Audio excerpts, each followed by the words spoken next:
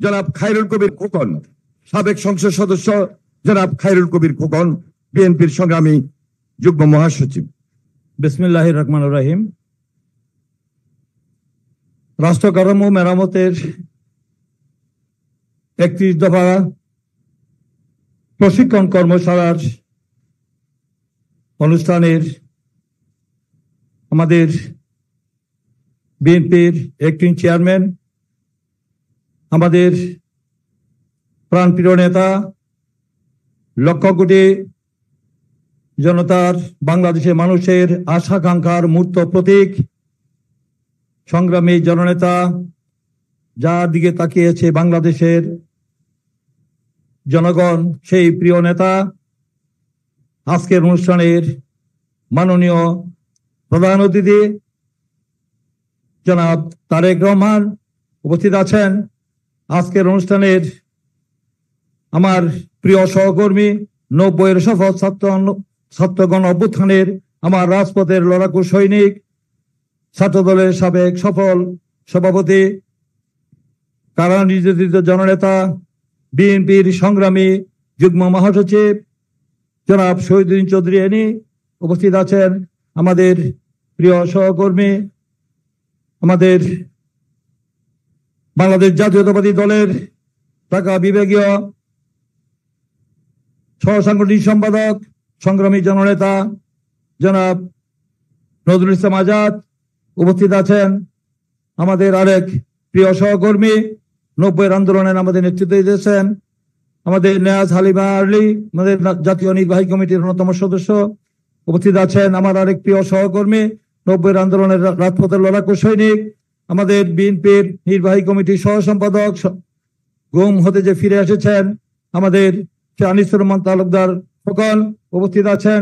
আমাদের 90-এর আন্দোলনের আরেক আমাদের ছাত্রনেত্রী, তুখোড় ছাত্রনেত্রী, আমাদের অত্যন্ত প্রিয় সহকর্মী, আমাদের ঘনিষ্ঠ আন্দোলন সংগ্রামের সাবেক সংসদ সদস্য, সংগ্রামী আমাদের নেত্রী, প্রিয় নেত্রী, আমাদের অত্যন্ত প্রিয়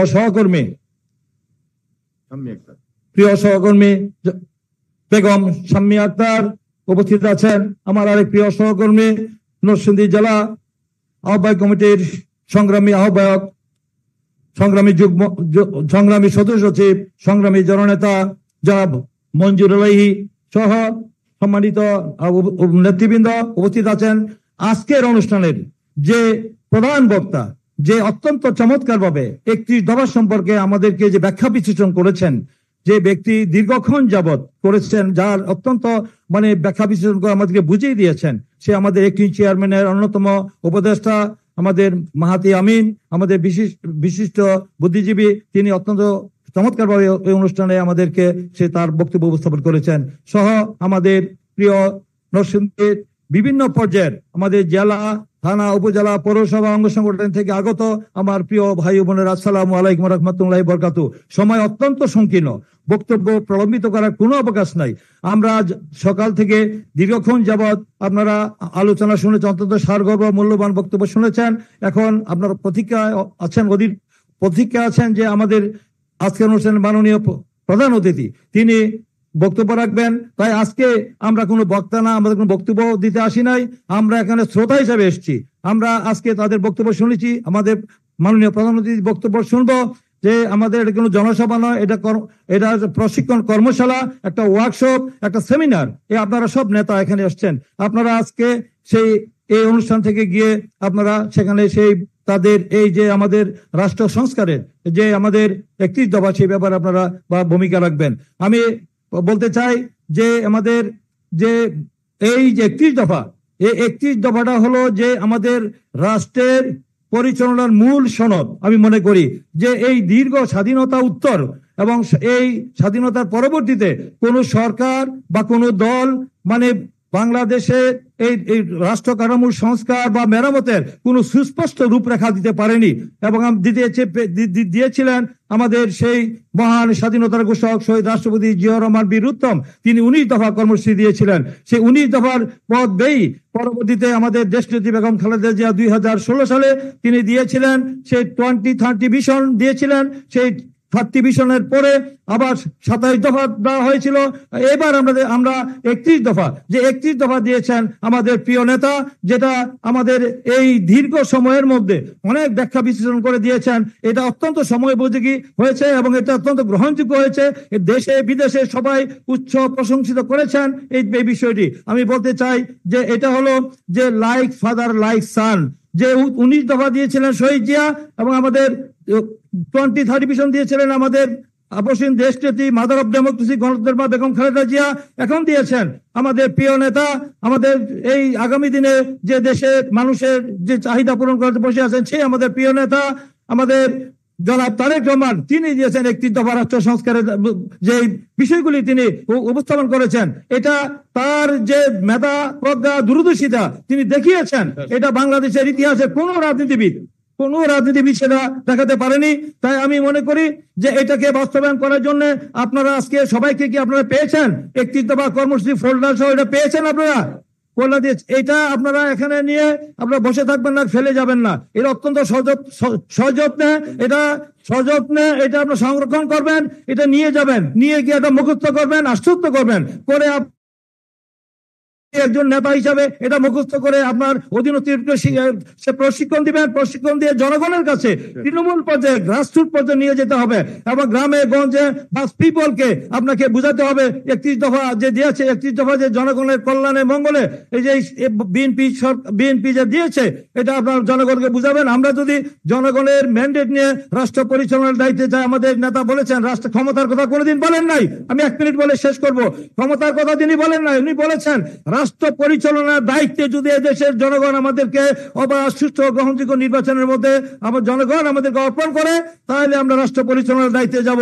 ক্ষমতার কথা উনি বলেন নাই। তাই আজকে ক্ষমতার লুবি না, এটা আজকে প্রমাণ হয়েছে। তার 31 দফা পড়লে বুঝবেন যে আমাদের যে রাষ্ট্র রাষ্ট্রপতি এবং প্রধানমন্ত্রীর মধ্যে যে ভারসাম্যের কথা বলেছেন এবং আমরা দেখেছেন যে উচ্চ কক্ষ নিম্ন কক্ষের কথা বলেছেন, জাতীয় সরকার কথা বলেছেন, এইগুলা কিন্তু অতীতে কোনো সরকার সেভাবে আলোচনা করে নাই এবং দু টার্মের বেশি প্রধানমন্ত্রী থাকার কথা বলা হয়নি।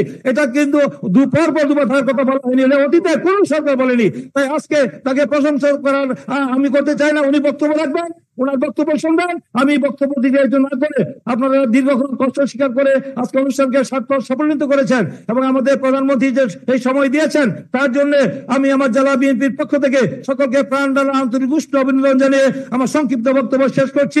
খুদা হাফেজ। বাংলাদেশ জিন্দাবাদ, বাংলাদেশ জাতীয়তাবাদী দল জিন্দাবাদ।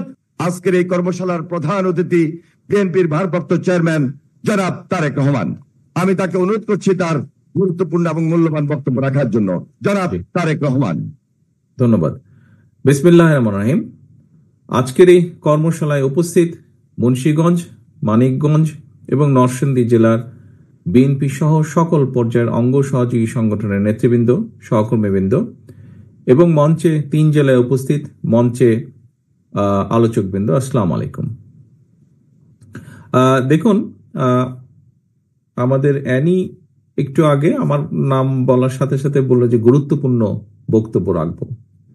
হ্যাঁ, গুরুত্বপূর্ণ। তবে আমি মনে করি আজকে আপনারা সারাদিন এই 3 জেলার 3000 মানুষ আপনারা সারাদিন যেই আলোচনাগুলো করেছেন, যেই আলাপ আলোচনা করেছেন, যা জেনেছেন, যা শুনেছেন, যা বুঝেছেন, পুরো বিষয়টি গুরুত্বপূর্ণ। সম্পূর্ণ পুরো বিষয়টি গুরুত্বপূর্ণ।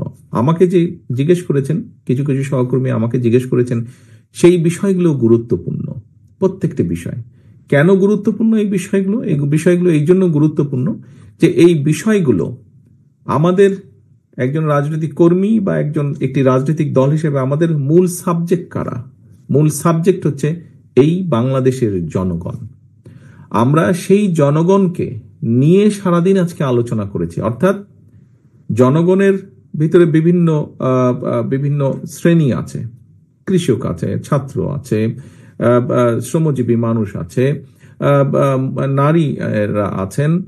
কাজে বিভিন্ন শ্রেণী পেশার মানুষের কে নিয়ে আমরা আলাপ করেছি যে তাদেরকে কিভাবে আমরা একটু বেটার অবস্থায় নিয়ে যেতে পারবো, একটু ভালো অবস্থায় নিয়ে যেতে পারবো।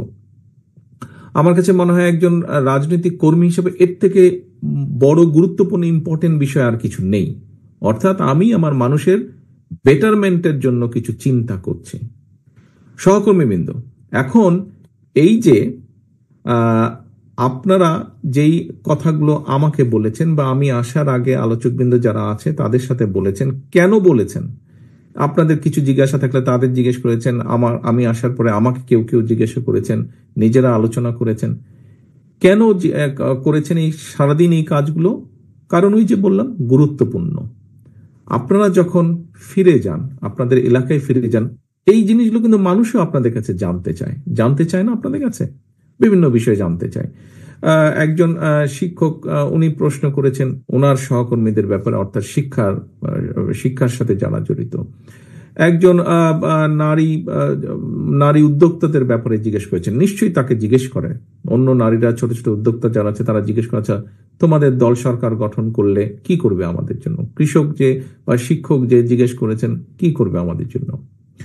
অর্থাৎ আমাদের পুরা চিন্তা ভাবনা, উঠা বসা সবকিছু এই দেশের মানুষকে ঘিরে, এই দেশকে ঘিরে। আমাদের যারা চিকিৎসক, এখানে একজন চিকিৎসক, নারী চিকিৎসক জিজ্ঞেস করেছেন দেশের মানুষের স্বাস্থ্যের ব্যাপারে, অর্থাৎ দেশের মানুষের স্বাস্থ্য নিয়ে আমরা চিন্তিত। প্রিয় সহকর্মীবৃন্দ, এখানে আমাদের একজন জেলার সভাপতি বলেছেন যে এই আলোচনা যদি আমরা শুধু এই ঘরগুলো, এই প্যান্ডেল, এই ঘরের মধ্যে রেখে দেই তাহলে কোনো লাভ হবে না। কিন্তু আপনারা আজকে সারাদিন প্রায় 8-10 ঘন্টা সময় এখানে ব্যয় করেছেন, এই যে বসে থেকেছেন, শুনেছেন, বলছেন, এটাতে কিন্তু একটা এনার্জি লেগেছে। আপনারা এখানে এসেছেন, আসার সময় অর্থ খরচ হয়েছে, বাসে ট্রেনে যেভাবেই আসেন না কেন, রিক্সা সিএনজিতে আসেন না কেন, অর্থ খরচ হয়েছে। এই যে এত কিছু ব্যয় করলেন কেন? বোঝার জন্য, জানার জন্য, এবং গিয়ে এটি আমরা মানুষকে বলবো, আমাদের যে মূল সাবজেক্ট মানুষ, তাদেরকে বলতে হবে। প্রিয় সহকর্মীবৃন্দ, আমার মনে হয় একটি কথা বোধহয় আমরা এখানে আলোচনা করাটা ভালো। অনেকেই হয়তো বলতে পারেন যে আমরা এত কিছু বলছি, অনেক কিছু সুন্দর সুন্দর কথা বলছি, এগুলা কি শুধু আমরা রাজনীতির জন্যই বলছি নাকি? এগুলা কি আমরা বলার জন্যই বলছি কিনা? হতেও পারে, অনেকে মনে করতে পারে এত কথা, 1 থেকে 31 দফা, 31টা এত ভালো ভালো কথা, সবই কি আমরা করব নাকি? আমি দৃঢ়ভাবে বিশ্বাস করি, এই কারণেই আমি বিশ্বাস করি, দেখেন আজকে আপনারা এখানে যারা বসে আছেন, প্রত্যেকটা মানুষ অনেক অত্যাচার, নির্যাতনের পরীক্ষা দিয়েই আজ এখানে এসে আপনারা উপস্থিত হয়েছেন। আপনারা বিভিন্নভাবে মানুষকে প্রতিনিধিত্ব করেই কিন্তু আজ এখানে উপস্থিত হয়েছেন। এই যে আপনি আসার পরে যে আপনাকে একটা কার্ড দেওয়া হয়েছে, যেটি আপনার গলায় ঝুলছে, এখানে আপনার নাম এবং নামের পাশে একটি পদ লেখা আছে। এই পদে আসতে কিন্তু আপনার অনেক সময় লেগেছে, এই পদে আসতে আপনাকে কষ্ট করতে হয়েছে, আপনাকে বিভিন্ন পরীক্ষা দিতে হয়েছে, সেটি সাংগঠনিক পরীক্ষাই হোক, সেটি রাজনৈতিক পরীক্ষাই হোক, কম বেশি পরীক্ষা দিয়ে আপনাকে আজকে এই পর্যায়ে এসে দাঁড়াতে হয়েছে। অর্থাৎ আপনি একটা দায়িত্ব, একটা কর্তব্যের পালনের মাধ্যমেই এখানে এসেছেন।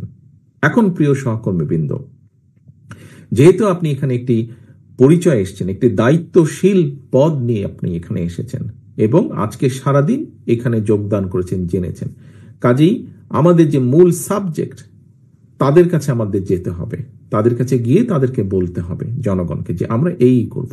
বলতেই পারে কেউ যে এতগুলো 31টা দফা করবেন, আপনারা এত কথা বলছেন, এগুলো কি বলার জন্য? দেখুন, আমরা যে বলার জন্য বলছি না, আমরা যে এই কাজগুলো করার জন্যই করছি, তার অনেকগুলো কারণ, উদাহরণ আছে। বিএনপি তো এই দেশে খাল খননের মাধ্যমে পানির সমস্যা যেরকম সমাধান করেছিল, একই সাথে খাদ্য উৎপাদন দ্বিগুণ করেছিল, করিনি আমরা? বিএনপি তো এই দেশ থেকে খাদ্য রফতানি করেছিল, করিনি আমরা? বিএনপি তো দেশের নারীদেরকে শিক্ষিত করার জন্য ইন্টারমিডিয়েট ডিগ্রি পর্যন্ত পড়ালেখা ফ্রি করে দিয়েছিল। বিএনপি তো এই দেশের ভবিষ্যৎ প্রজন্মকে শিক্ষিত করার জন্য, শিক্ষাকে উৎসাহিত করার জন্য শিক্ষার বিনিময়ে খাদ্য কর্মসূচি শুরু করেছিল। আজকে বাংলাদেশে বড় দুটো যেই সরকারই আসে, সে নিশিরাতের সরকারই হোক, অন্তর্বর্তীকালীন সরকারই হোক, যেই 2টি সাবজেক্ট নিয়ে বড়াই করে, একটি হচ্ছে প্রবাসী বা প্রবাসীদের রেমিটেন্স, আরেকটি হচ্ছে গার্মেন্ট শিল্প। দুটোই তো বিএনপি করেছিল এই দেশের স্বার্থে, এই দেশের মানুষের স্বার্থে। এই যে যেই স্বৈরাচার পালিয়ে গেছে দেশ থেকে। এরা যখন 96 সালে ক্ষমতায় আসলো, সেই সময় এসে তারা সংসদে দাঁড়িয়ে বলতে বাধ্য হয়েছিল যে 91 সালের বিএনপি সরকারের সময়, দেশনেত্রী খালেদা জিয়ার বিএনপি সরকারের সময় দেশে 80,000 ছোট বড় 80,000 কলকারখানা স্থাপিত হয়েছিল। সেটা তো বিএনপির সময় হয়েছিল। আমাদের সময় তো আমাদের বিরুদ্ধে সংবাদপত্র কত কি লিখেছে। আমাদের সময় সংবাদপত্র আমার বিরুদ্ধে, ম্যাডামের বিরুদ্ধে, দলের বিরুদ্ধে, দলের বহু নেতাকর্মীর বিরুদ্ধে লিখেছে। কিন্তু আমরা বলেছি যে আমরা বাক স্বাধীনতায় বিশ্বাস করি। যখন আমরা এর আগে দেশ পরিচালনা ছিলাম, আমাদের সময় তো পত্রিকার সম্পাদকদের বিরুদ্ধে শত শত মামলা হয়নি, যেমন আমাদের বিরুদ্ধে, আমাদের নেতাকর্মীদের বিরুদ্ধে হয়েছে। একইভাবে যদি বলতে হয় কোথায় আমরা যখন দেশ পরিচালনার দায়িত্বে ছিলাম, তখন কি গুম খুন হয়েছিল? আমাদের স্থায়ী কমিটির সদস্য জনাব সালাউদ্দিন আহমেদকে ধরে নিয়ে সীমান্তের উপরে ফেলে দেখা হয়েছে। আমাদের ইলিয়াস আলী সংসদ সদস্য সহ আমাদের শত শত নেতাকর্মীকে গুম করা হয়েছে, খুন করা হয়েছে। কোথায়? বিএনপির সময় কি এরকম হয়েছে? বিএনপির সময় তো এরকম হয়নি। কারণ আমরা গণতন্ত্রে বিশ্বাস করি, আমরা বাক স্বাধীনতায় বিশ্বাস করি। আমরা অতীতে এই কাজগুলো করে এসেছি। অতীতে যেহেতু আমরা এই কাজগুলো করে এসেছি, শিক্ষার জন্য কাজ করে এসেছি, আমরা প্রমাণ আছে। খাদ্য উৎপাদনের জন্য কৃষকদের জন্য কাজ করে এসেছি, প্রমাণ আছে অতীতে।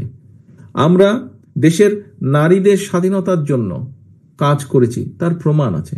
দেশের শিল্প উৎপাদন বাড়ানোর জন্য শিল্প প্রতিষ্ঠা করা হয়েছে বিএনপি সরকারের সময়, তার প্রমাণ আছে। যেহেতু আমরা অতীতের আমরা যখন দায়িত্ব পেয়েছি, আমরা ভালো কাজ করার চেষ্টা করেছিও বহুলাংশে, তার প্রমাণ আছে। এবং এটি প্রমাণ করে যে ভবিষ্যতে আমরা সুযোগ পেলে ইনশাল্লাহ আমরা এই 31 দফা পর্যায়ক্রমিকভাবে বাস্তবায়ন করব। এখন প্রিয় সহকর্মীবৃন্দ, এই 31 দফা বাস্তবায়নে আমাদেরকে সবচেয়ে বেশি সহযোগিতা কে করবে বলে আপনাদের কাছে আমার জিজ্ঞাসা, কে করবে বলে আপনারা মনে করেন? কে করবে? বাংলাদেশের জনগণ। আমরা যদি 31 দফা, যাই 31টা দফা নিয়ে আপনারা আজকে সারাদিন আলোচনা করলেন।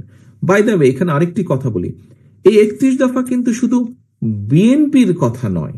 বিএনপি প্রথমে 27 দফা দিয়েছিল, পরবর্তীতে বাংলাদেশের যে রাজনৈতিক দলগুলো, যতগুলি রাজনৈতিক দল আমাদের সাথে যোগপথ আন্দোলনের সংগ্রামে ছিলেন এই স্বৈরাচারকে বিদায় করার ক্ষেত্রে, পরবর্তীতে আমরা সবগুলো রাজনৈতিক দলের সাথে আলোচনা করেছি এবং তাদের কম বেশি সম্মিলিত একটি মতামতের প্রতিফলন হচ্ছে এই 31 দফা। তো এখন প্রিয় সহকর্মীবৃন্দ, এই 31 দফাকে যদি বাস্তবায়ন করতে হয়, এই 31 দফা নিয়ে আপনারা আজকে সারা দিন আলোচনা করেছেন। 31 দফার মধ্যে আমরা আগেও বলেছি, এই 31 দফাই শেষ না। কোনো ব্যক্তি, কোনো সংস্থা, কোনো সংগঠন, কোনো দল যদি 31 দফার বাইরেও কোনো কিছু ভালো দেন, কোনো প্রস্তাবনা ভালো দেন, কোনো কিছু ভালো উপস্থাপন করেন যেটি মনে হবে যে দেশের মানুষের জন্য সাহায্য করবে, আমরা অবশ্যই সেটিকে গ্রহণ করবো। এটি ওপেন ব্যাপার, এটি কোনো ধর্মীয় গ্রন্থ না যে এটি একদম 31 দফা এসে ফিক্সড হয়ে গেল। এটি যদি অন্য বেটার কিছু থাকে অবশ্যই আমরা গ্রহণ করব। আমাদের দফার মধ্যেও কোনো দফা আছে যেটিকে একটু পরিবর্তন করলে যদি বেটার হয়, এরকম যদি কেউ প্রস্তাবনা দেন, আমি সেটিকেও গ্রহণ করব। কিন্তু বিষয় হচ্ছে এই 31 দফাকে যদি বাস্তবায়ন করতে হয়, এই 31 দফা নিয়ে আপনারা সারাদিন যে আলোচনা করলেন, আপনাদের কম বেশি আপনারা তো দেখেছেন, গত 8-10 ঘন্টা আপনারা এখানে বসে আছেন, নিশ্চয়ই প্রত্যেকটা পেজ আপনারা উল্টিয়েছেন না? আপনারা প্রত্যেকের হাতে আপনাদেরকে যে ফাইল দেওয়া আছে তার মধ্যে কিন্তু ছোট বইটি আছে এবং আপনারা কম বেশি দেখেছেন আলোচনার ফাঁকে ফাঁকে।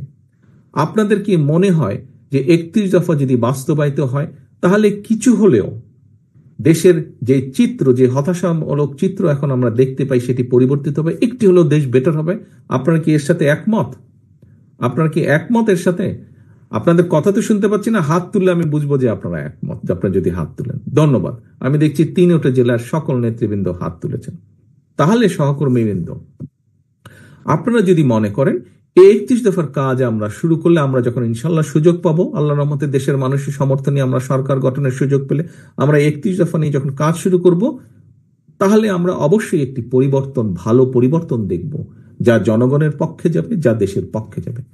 কিন্তু ঘুরে ওই এক জায়গায়, এই 31 দফা আমরা তখনই বাস্তবায়ন করতে পারবো যখন আমরা দেশের মানুষের সমর্থন পাব আমাদের পক্ষে 31 দফার পক্ষে। এখন তাহলে এই 31 দফা যদি আপনারা মনে করেন বাস্তবায়ন করা উচিত, আপনারা কি মনে করেন উচিত? আচ্ছা, ধন্যবাদ। যদি আপনারা মনে করেন, আমি ধরে নিচ্ছি সবাই সিনসিয়ারলি বলছেন যে উচিত, সবাই সিনসিয়ারলি অনেস্টলি বলছেন আপনারা, আমি এটা ধরে নিচ্ছি। আচ্ছা, যদি আপনারা মনে করেন, তাহলে আমাদের যে মূল সাবজেক্ট, যাদের সহযোগিতা ছাড়া আমরা 21 দফা বাস্তবায়ন করতে পারবো না, সেই জনগণ, এই জনগণের কাছে আপনাদেরকে যেতে হবে। আপনাদেরকে যে কোনো মূল্যে জনগণের কাছে যেতে হবে। ছোটবেলায় স্কুলে যখন যেতাম, স্কুলে যখন পড়তাম, তো তখন তো সেই সময় 5 টাকা অনেক টাকা, বিশাল কিছু। 5 টাকা, ওই 4 টাকা 5 টাকা, 1 টাকার জন্য 1 টাকা দিয়ে অনেক 100 বিস্কুট পাওয়া যেত একসময়, আমরা যখন স্কুলে ছিলাম একদম। তো এখন ওই 1 টাকা 2 টাকার জন্য কিন্তু অনেক সময় বায়না ধরতাম, স্কুলে টিফিনের সময় ক্যান্টিনে গিয়ে কিছু কিনে খাবো, তখন কিনে খাওয়া, বন্ধু বান্ধবকে একটু দেওয়া, এটা একটা বাহাদুরির ব্যাপার ছিল। কিন্তু ওই 1 টাকা 2 টাকার আদায় করার জন্য মায়ের পিছে বনবন বনবন বনবন করে সারাটা দিন ঘুরতে হতো 1 টাকা 2 টাকার জন্য। প্রিয় সহকর্মীবৃন্দ, আপনাদেরকে এই 31 দফার পক্ষে সমর্থন নেওয়ার জন্য, 31 দফার পক্ষে, আপনার দলের পক্ষে সমর্থন নেওয়ার জন্য আপনাদেরকে এখানে উপস্থিত প্রতিটা নেতাকর্মী, ডাজেন্ট ম্যাটার আপনি মূল দলের নেতা কিনা, অথবা আপনি অঙ্গ সহযোগী সংগঠনের নেতা কর্মী কিনা, দিন শেষে আপনি বিএনপির লোক, এটাই হচ্ছে আপনার মূল পরিচয়। দিন শেষে আপনি বিএনপি লোক। আপনাকে কিন্তু সাধারণ মানুষ ছাত্রদল, যুবদল, স্বেচ্ছাসেবক, আইনজীবী ফোরাম, মহিলা দল এইভাবে চিনে না, এ বিএনপির লোক, এভাবেই চিনে মানুষ। দিন শেষে আপনাকে ওই জনগণের পিছে, মায়ের পিছে যেরকম 1 টাকা 2 টাকার জন্য বনবন করে ঘুরতাম, আপনাকে জনগণের পিছে বনবন বনবন বনবন করে ঘুরতে হবে আপনাকে। এছাড়া কোনো উপায় নাই, এছাড়া কোনো উপায় নাই। আমি গতকাল একটি অনুষ্ঠানে বলেছিলাম যে আমাদেরকে যদি, গতকাল কি পরশুদিন যাই হোক, যে আমাদেরকে যদি এই নির্বাচনের পুল সেরা পার হতে হয়, তাহলে যেভাবেই হোক জনগণের পিছে আমাদেরকে থাকতে হবে, জনগণকে সাথে রাখতে হবে, জনগণের সাথে আমাদেরকে থাকতে হবে।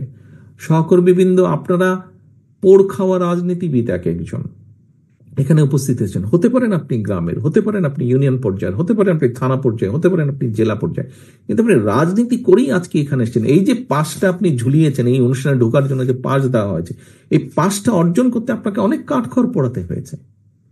এখন আপনার এই অভিজ্ঞতা, আপনার এই জ্ঞান, আপনার এই সবকিছু আপনাকে ব্যয় করতে হবে জনগণের পেছনে।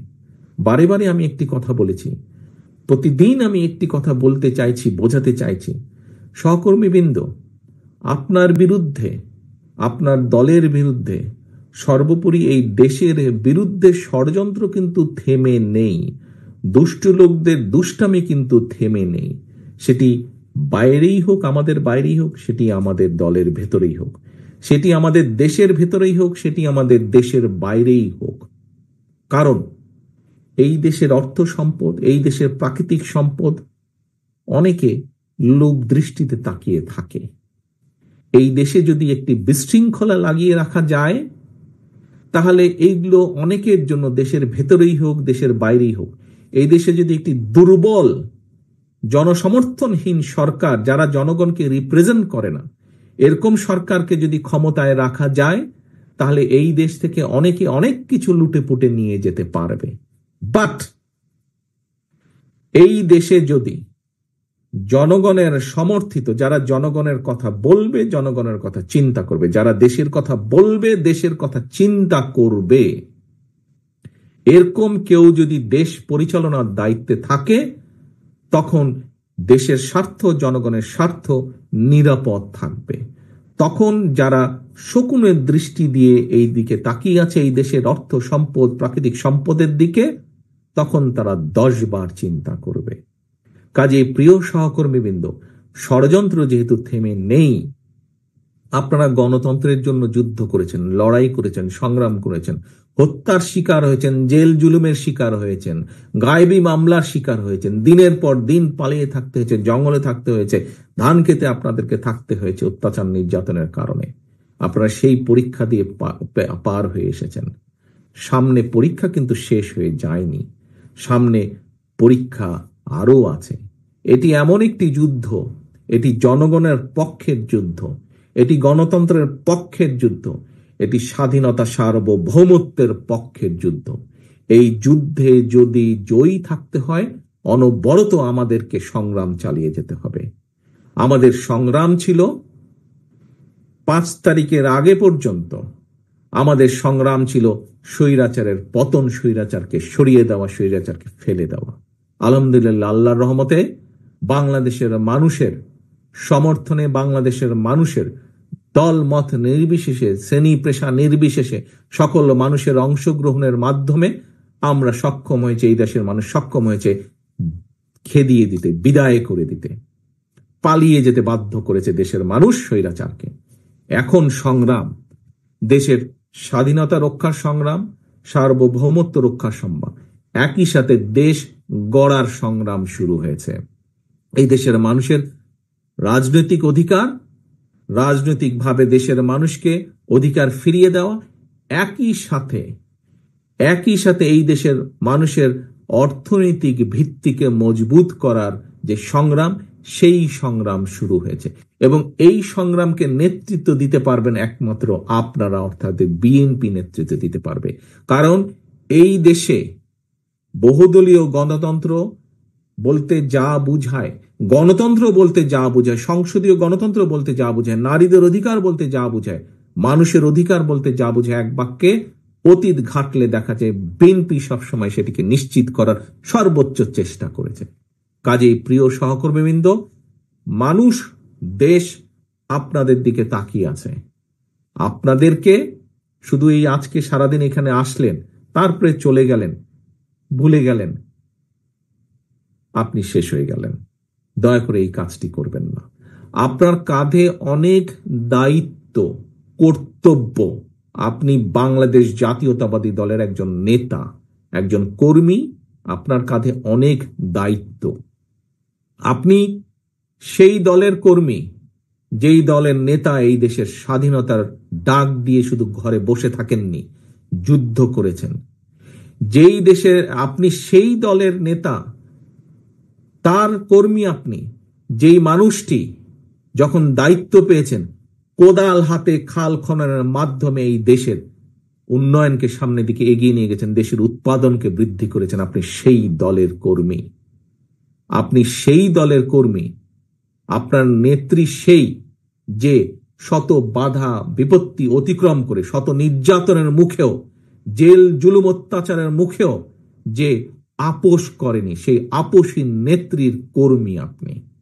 কাজেই আপনাকে সেভাবে নিজেকে প্রস্তুত করতে হবে, আপনাকে নিজেকে প্রস্তুত করতে হবে। নিজেকে এমন কোনো কাজ করা থেকে বিরত থাকতে হবে যেখানে আপনি নিজেকে হালকা করে ফেলবেন, ছোট করে ফেলবেন, মূল্যহীন করে ফেলবেন। আপনি একজন মূল্যবান মানুষ, কারণ আপনি বিএনপির নেতা।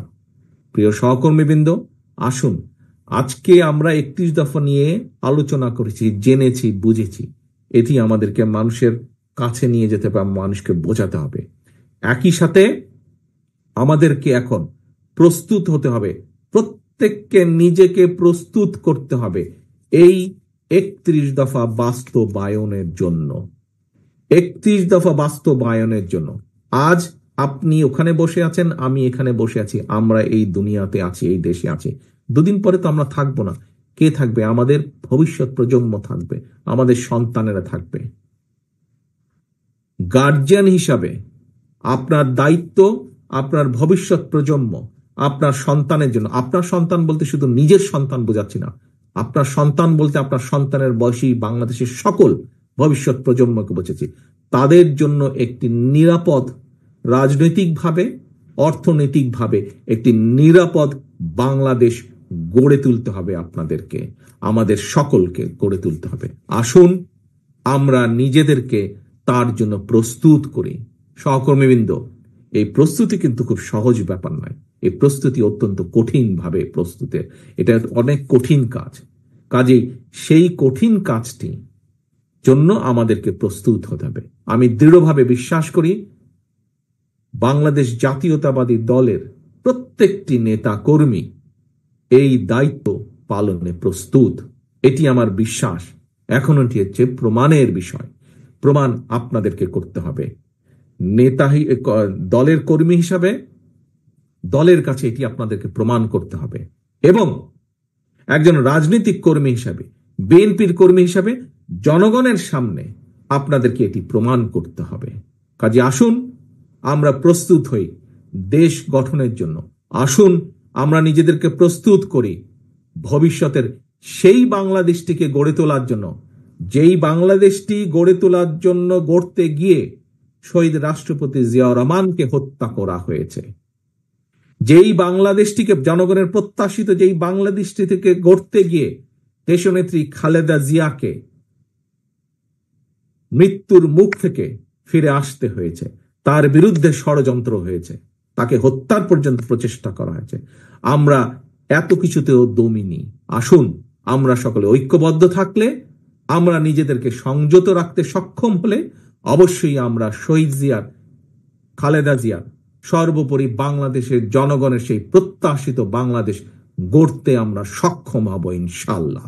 আর সেই প্রত্যাশা রেখে, সেই প্রতিজ্ঞা নিয়ে আজকে আমি আমার বক্তব্য শেষ করছি। আল্লাহ হাফেজ। বাংলাদেশ জিন্দাবাদ। বাংলাদেশ জাতীয়তাবাদী দল জিন্দাবাদ।